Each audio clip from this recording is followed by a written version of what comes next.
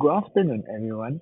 My name is Chen, studying in Diploma in Common Engineering program, currently a year 1 student in Temasek Polytechnic. Today, I'm going to be presenting an assignment on quadratic functions and equations. Okay, so let's get started. So in the first question, they asked to calculate y equals to x squared plus bx plus c. Therefore, by making use of Excel formula, I have b12 plus F4, which indicates the input value of my B, multiplied by my A12, which is the input value of X, close bracket, plus H4, which is the input value of C. And when I press enter, it will calculate the value of Y for me. So therefore, I get the value of 7 for my Y value.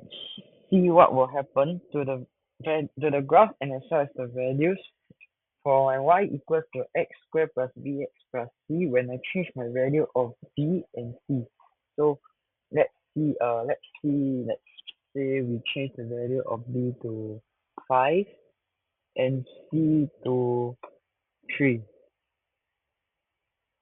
So you observe that the values for my y also changes as well as the graph.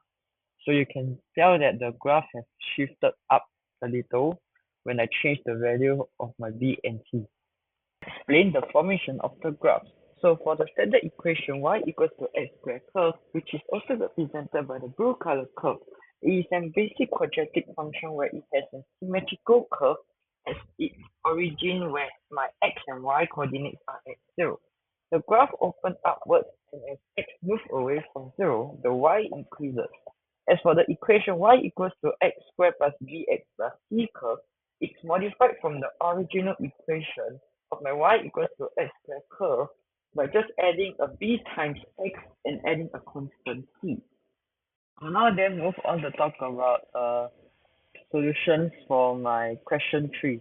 So as for my question 3, to find the discriminant, I've used the formula of b squared minus 4ac. So f4 is the input value of my b value, and then minus 4 times a, so my a value is 1 in this case, then times h4, which is the input value of my c value. So you can see that if I change the value of my b and c, discriminant solutions for my x1 and x2 changes as well. So as for the solution for my x1 is minus b plus b square root of b square minus 4ac, which is indicating of my M11, which is this column here, indicating my discriminant divided by 2a. So my a is 1, so it's 2 times 1.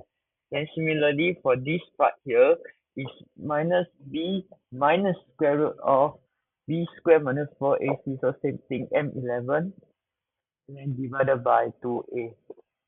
So getting my this value here.